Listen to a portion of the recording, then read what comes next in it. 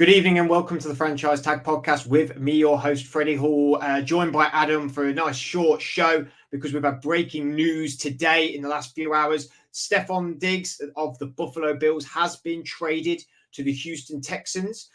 He has been traded for so the Bills have received a 2025 second round pick, which was via the Minnesota Vikings, which was part of a trade that they did earlier this season. In exchange, they've got Stefan Diggs, the Texans, a 2024 sixth round pick and a 2025 fifth round pick as well. Adam, I mean, a little bit of a shock. Not a huge shock for the Texans trading for a wide receiver. It was rumored that they were very much in for Keenan Allen as well earlier this offseason. However, Keenan Allen got traded to the Chicago Bears. Initial thoughts and reaction to Stefan Diggs going down south to Houston. It doesn't surprise me that Diggs has gone. I kind of felt like Diggs was trying to get out of Buffalo, to be honest. Especially at the end of last year, it all kind of started to feel a little bit like it was falling apart, that he wanted to go. He wasn't doing particularly well either. They brought in a new OC, didn't they? And it kind of, the game plan sort of changed a little bit. So I can understand that. The Texans have clearly decided to go all in now. I mean, they are very much all in if you're going to bring in veterans like Diggs.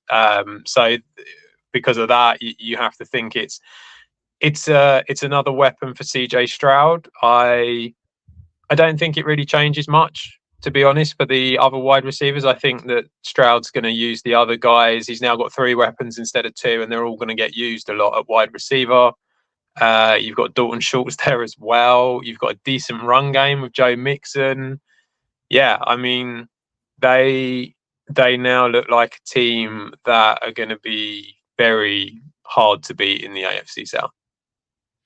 Yeah, we'll stick on the Texans for the moment because looking at their depth chart now, I mean, CJ Stroud was just phenomenal last year. They've now got Nico Collins, Stefan Diggs, Tank Dell, Noah Brown, who looked really good when he was playing, John Mechie, Robert Woods as well. They kept hold of him. They obviously, like you said, traded for Joe Mixon. Still got Damian Pierce behind him as well. Have got a pretty decent youngish O-line. I mean, Larry Tunsil's in there. Obviously, he's been there for a while now. If they trade for him, they've got Shaq Mason in, former guard of the Bucks. Titus Howard, who's been there for a long time, like I said, Dalton Schultz as well.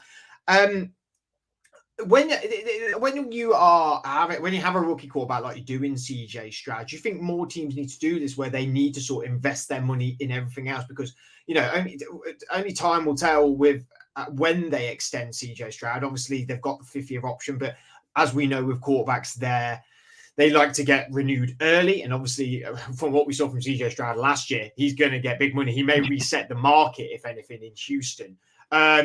So do you think this is what teams now are more going to do? Is they're going to go and invest their money into their offense and also defense as well? They're young, but they went and got out. They went and got Danielle Hunter this year, Azeez Al-Shaair as well, but Jeff Okudah. I mean, they've splashed the cash this offseason.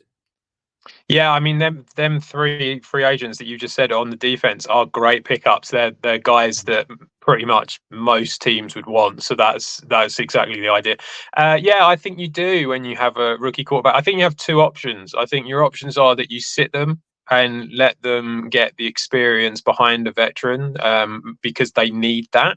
Or if they don't need it, then you put them out there straight away. And if they can do it in year 1, then you go for it. And I think that Stroud has clearly shown that he can do it. So you go for it. And this is what the Texans are doing. This is going for it. I mean, like you say, the guys that you just said, Jeff Okudah, Danielle Hunter, they're great, you know, veterans that you want on your team. And the defense didn't do bad either, like before. So if you add that onto it, then that's only going to make them better. The offense, again, didn't do bad, was pretty good. We were all coming out saying, don't really need to do too much to the offense, maybe a little bit of help on the O-line in the draft, but really nothing too major. But now you've gone and added Diggs to that as well. Yeah, again, okay, maybe you might want to have a look in the draft at O-line just to bulk it out, but there's not really anything else that you need to do. It feels like you've got a team here who were, you know, playoff ready. They got to the playoffs in that first year and they faltered as soon as they got into the playoffs because I don't think they were really ready to do it. Well, now they've got that experience, the young guys that are there, they are ready to do it, and they've brought the veterans on top of it. So yeah, everyone in the AFC South should be worried, definitely, because they have to be considered favourites now. I think they were anyway, but they have to be now. And this is just going to make a strong AFC even stronger. It's quite a turnaround, isn't it, from the AFC South that we had a few years ago? I mean, and also the team itself, you know, under Bill O'Brien, this team seemed like it was crashing and burning really quickly. They obviously got all them draft picks off of Cleveland for Deshaun Watson, which was, I mean, problem in itself with what happened with Watson. Also, he sat as well, and they've used it wisely. They got a Nick Caserio, former of the Patriots, as the GM. They brought in D'Amico Ryans, former defensive coordinator of the San Francisco 49ers, and brought in Bobby Slovic as well. I mean, it's so impressive, and it's so crazy how teams can turn around this quickly. And I think it sort of shows that your team can never be really truly down and out. And I mean, we have teams like the Browns and the Lions who have not done something for a long time, but you get the right person in, the right culture in, the right quarterback in, suddenly you know your fortunes can really turn around. And they've not been afraid to use the picks. They've not been afraid to move up. Obviously, they moved up last year to go and get Will Anderson at 3 when they traded with the Arizona Cardinals. They got in a stud like CJ Stroud. And you know, there's a lot of rumor that CJ Stroud might even drop from number 2, because we're sort of having the same thing this year with the quarterback and the draft attrition, and then also quarterbacks being blown up to go maybe further up. I mean, it does really give hope, doesn't it, to the teams that feel like their franchise is in disarray. Yeah, absolutely. I mean, it wasn't that long ago, was it, that Deshaun Watson didn't want to play for them? And they had no quarterback there, and all the players were sort of like older, and it was struggling, and the ownership was just a bit all over the place. It wasn't really working out. They were making some very weird decisions, sort of like with their sort of like front office. There was some weird decisions being made there. And very quickly, it's all turned around. And a lot of that is because of CJ Stroud on the offense, because of Will Anderson on the defense, and because of D'Amico Ryans. But it kind of all works because they were all new together. So it's in that respect, it's like, right, this is a new regime, fresh start, let's go for it. And because of that first year, showing that they have the ability to push on both sides of the ball, we can now go out and get them veterans and spend the money, because they had a lot of cap space as well, and they were able to do that. So, yeah, it does go to show anything can happen. I mean, that's why we love the NFL, isn't it? I mean, it is that thing. You look at the way that the Premier League football is over here, more often than not, you've got, 4-5 teams that have got you'd say a realistic chance of winning the Premier League. Maybe not even that, really, in some of the years gone by. With the NFL, you know, you've got teams that are like, I mean, look at the Bears.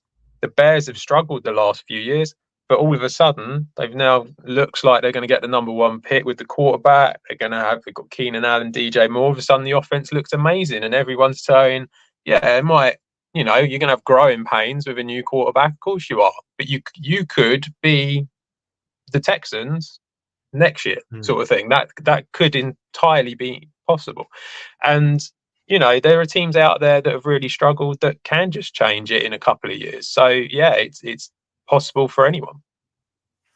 We'll talk about Stefan Diggs quickly, because last season, 1,183 yards, 8 touchdowns, career of 9,995 yards, 67 touchdowns at the Minnesota Vikings of the Buffalo Bills, and now going to the Texans. Not an awful season. Like you said, there was a little bit, I hoped that if you clicked on 2023 that it would just take you straight to his stats for 2023 per game, but it's not going to do that, unfortunately. I may have to look a little bit more in detail at this.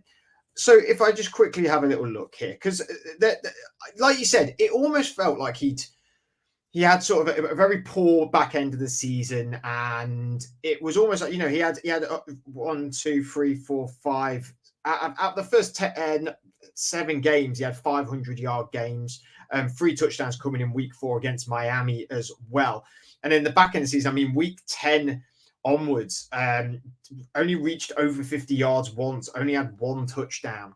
It felt like a really bad back end of the year, and yet he still got over 1,000 yards, still got 8 touchdowns, a very good season for any wide receiver. Though he did not verbally say, I want to leave, he made inclinations toward the fact a few times. Do you worry about the personality trait of that going into the Texans, or are you quite? Do you think he's because it felt like that way a little bit with the Vikings towards the end? He went to the Buffalo and then he had that 1,500 yard season in his first season, and it was incredible. And he was the centerpiece of the offense next to Josh Allen, I suppose. But with the improvement of the running game we saw in the back end of the year for the Bills, where they started to focus on that, like you said, to change the defensive coordinator, he wasn't getting so much of the looks. I mean, do you worry for him as a player? He's an older player. I can't remember if he's 29, 30. And do you worry about the personality of maybe he's the sort of guy that wants it to all be about him in an offense? Yeah, I think he does like being the guy, doesn't he? He does want to be the number one read. And if he doesn't become the number one read, then you do have to sort of think to yourself, there could be potential issues there. I mean, I feel like that's what's happened in the last two teams he's been on. Like with the Vikings, I kind of felt like it was starting to, him being the number one guy wasn't necessarily the case so much at the time. Now you have got the Bills and you've seen what's happened with the Bills. Again, he's not become the number one guy at the second half of this season purely because they've changed their game plan and changed the way that they have adapted. I think that's just what happens sometimes if you get different OCs come in. It's not something that's new or crazy. It's just sometimes it happens. Whether he can deal with that with his ego, who knows? I mean, there's already been tweets put out of the Antonio Brown going off the field against the Jets that time when he finished Tampa because the first throw goes to Nico Collins. I mean, there is a possibility. I know it's all just fun and messing about, but there is a possibility that you could go down that route with a guy like Diggs, who clearly does have a little bit of an ego when it comes to that sort of thing. He probably feels like he should be the number one guy. I've earned it, for everything that I've done. So that's probably why he feels like it. You're going into a team with a very young quarterback. Other wide receivers around him are young as well. There's not a great deal of experience in that respect, but you have to rely on people like D'Amico Ryans to be able to stop that from happening. And if he wants to be a big coach for a big team, he's got to deal with big personalities. Yeah, exactly. So all the best coaches do it, don't they? Let's talk about the Bills. So they are now looking quite thin. Matt Collins, Justin Shorter, Khalil Shakir. They brought in Curtis Samuel. Obviously, they have Dalton Kincaid as well at tight end position. James Cook at running back, who was phenomenal actually. Obviously, they still have Josh Allen. They've got 11 picks going into this draft. The first one being number 28 in the first round, then the second round at 60. Then they don't have a pick till the fourth. They have a couple of fourths, 3 fifths, 3 sixths, and a seventh. This draft, we've talked about it on our last show about the draft, and a lot of our content is going to be circling around this. But there's a lot of wide receivers in this draft, right? I mean, they are now surely going to be targeting one of these guys, maybe even moving up for an elite guy. I don't think they will go up for the top 3. I think that might be pushing it too high because it's going to cost so much to do it. But I do think they will be able to get themselves a very good wide receiver. I could see them potentially moving up to say we all know, say someone like the Eagles, how he loves a trade, doesn't he? So like 22, you could probably get the number 4 guy at 22. Brian Thomas is the one that's sort of thought of as the number 4 guy in this year's draft. So it does feel like that is one that would make an awful lot of sense. A lot of people have mocked them to go for wide receiver before this happened. So it feels like they may go for a couple of guys. This is a very strong wide receiver class. They might feel like they don't have to move at all because it is so strong. So it's like, they've got the ability to do that. I do feel like it probably is a small reset where when you start losing guys like Diggs, otherwise you would continue to go down the same route. So I do feel there is a little bit of that. But as we saw in the back end of last season, the run is the important thing. James Cook's going to get used a lot. I think Dalton Kincaid is going to be used tons. You've Yeah. still got Dawson Knox there as well, and like you said, Curtis Samuel has come in as a free agent. That's a big signing for them. You know, they get, I think it was like 3 years, 39 million, something like that. It's not small money. So, yeah, he's going to be vital for them. So is Khalil Shakir, who improved last year. I think he'll do well. And it's not I the was a big end. Shakir fan last year. Big Shakir fan. Yeah, absolutely. I thought he did well. It's not the end at all. You know, you're always going to be in with a shout when you've got players like James Cook and Josh Allen, and obviously Dalton Kincaid looks like he could become a very, very good tight end. I mean, you look at the Chiefs and how they've been. It all goes through Kelsey, so it's like there's no reason why it couldn't be the same with Kincaid over time. And yeah, I think it's just going to be a slightly different Bills team to what we've seen over the last few years. It certainly is, and maybe we are not done with all the trades. We're coming up to the draft really soon, so there could be some trades on the night as well. Historically, we've seen AJ Brown be traded on the night, so you never know. More moves may happen, and a lot more content to come your way from the franchise tag. Thank you very much for watching. Make sure you check out all our content on YouTube and on our social media channels as well. And we'll see you all again very soon.